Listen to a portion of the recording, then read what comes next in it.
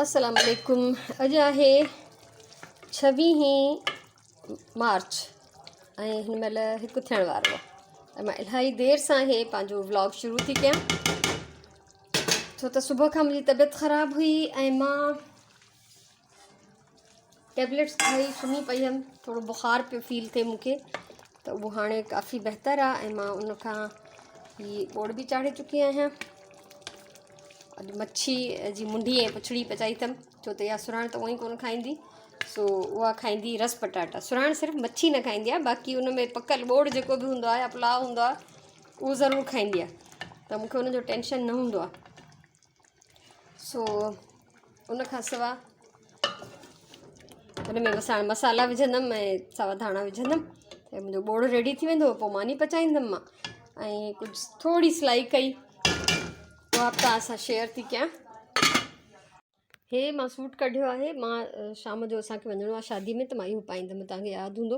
बसि हिन जी थोरी फिनिशिंग रहियल हुई, बैक साइड जो हिन जो दामन जेको कंप्लीट न हुयो उहो हाणे कंप्लीट कयमि ऐं उनखां सवाइ कुझु हिन में शलवार में बि कमु रहियल हो, इहो बि हाणे कंप्लीट कयमि।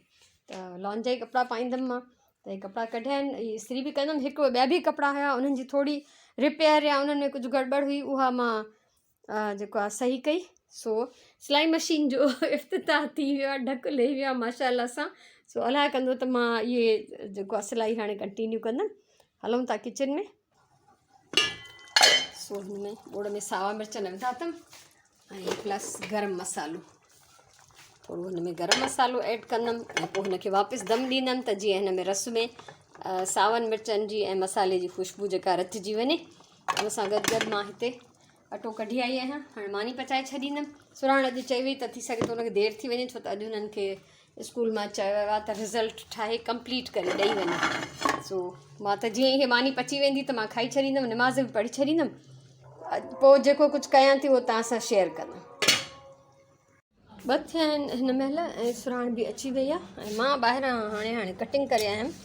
जेके ॾिठो में नओं प्लांट जेको मां पोखियो उन में बग्स अची विया आहिनि, त उहो जेके डिफेक्टेड हुया उनजा पार्ट्स उहे कटे ऐं कचिरे में उछलायमि।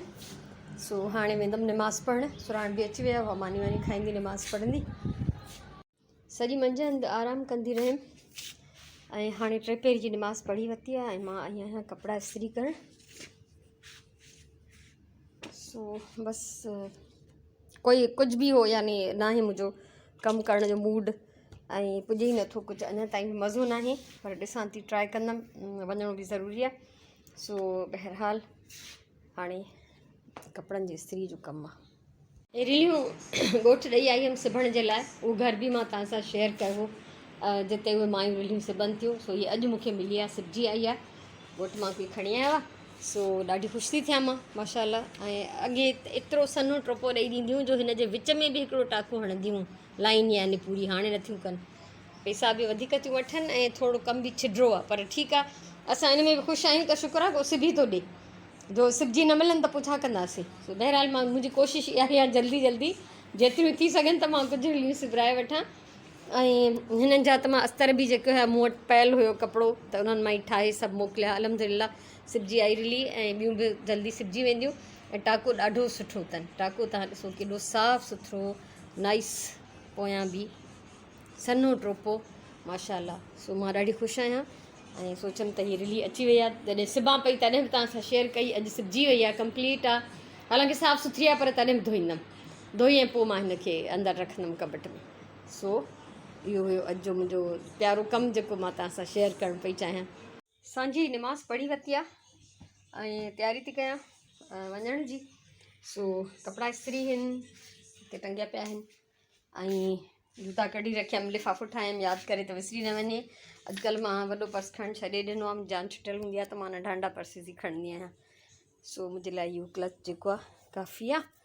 कुझु न कुझु थोरो खाईंदासीं त असांजी आदत आहे त असां घर मां कुझु खाई वेंदा आहियूं ऐं निमाज़ बि सोम्याणीअ जी पढ़ी पोइ वेंदासीं, त जीअं उते अगरि असांखे देरि थी वञे मानीअ खे, त ज़ाहिर आहे मां त शुगर पेशेंट आहियां, मूंखे मसइलो आहे। ऐं अगरि असांखे वापसी में देरि थी वञे त मुंहिंजी निमाज़ जेका आहे सुस्ती न थिए मूंखे उन में। सो हाणे असां जेको आहे कुझु खाइण जी कंदासीं तयारी।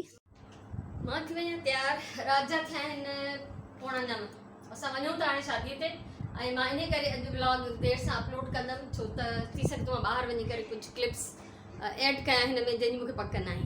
सो बहरहाल अलाए छो मां ॾाढी सनी थी वई आहियां, मूंखे मुश्किल सां 2-3 मुंडियूं पूरियूं आहियूं काई सभु मुंडियूं हथनि मां किरी थी पवनि छो त हे वाहिद ज़ेवर आहे जेको मां पाए वेंदी आहियां किथे बि।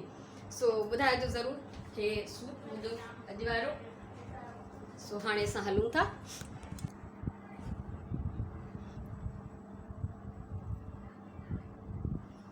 कोशिशि कयमि त थोरो क्लोज़अप तव्हांखे ॾेखारियां पर कोन थी सघियो।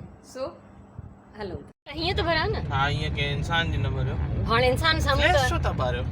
मां मूंखे आदत आहे उहो त ऊंधा ई ईंदी न त कम से कम मुंहिंजे आसपास ऊंधे न हुजे।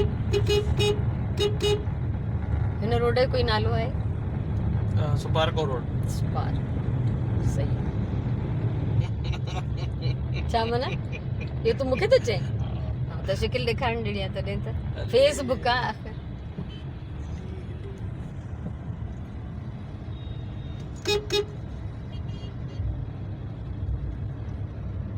तूं सही चवंदो आहे, मां हमेशह डैशबोर्ड जेको आहे वधीक भरींदी आहियां वरी मूंखे यादि अची वेंदो आहे त तारिक मूंखे छा चयो।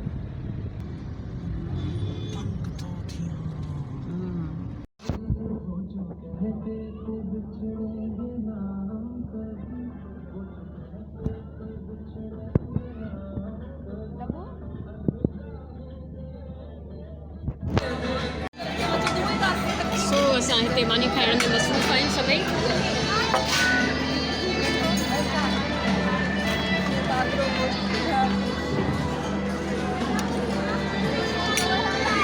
रात जा थिया आहिनि 11:15। असां हाणे घर आया आहियूं ऐं इलाही इंजॉय कयोसीं। पंहिंजी माइटनि में हुई शादी त सभिनी सां मिलियासीं, इलाही माण्हुनि सां इलाही अरसो मुलाक़ात न थींदी आहे पर अहिड़नि मौक़नि ते सभिनी सां मुलाक़ात थी वेंदी आहे। सो मज़ो आयो, घर अची विया आहियूं वापसि। असां नमाज़ पढ़ी वियासीं पहिरीं अल्हम्दुलिल्लाह त उहो असांखे टेंशन न आहे। हाणे कपिड़ा चेंज थींदा ऐं पोइ सुम्हो, पर उन खां पहिरियों मां इहे वीडियो एडिट कंदमि अपलोड कंदमि। अगरि तव्हां मां कोई इंतज़ारु कंदो हूंदो त जीअं उनखे ॾिसण लाइ कुझु मिले। सो अलाह सां तव्हांखे ख़ुशि रखे, आबाद हुजो, सलामत हुजो ऐं मुंहिंजे तरफ़ां इलाही सारो प्यार, इलाही सारी दुआऊं। इंशाल्लाह ज़िंदगी रही त सुभाणे वारे व्लॉग में वरी मिलंदासीं। तेसिताईं अल्लाह वाही।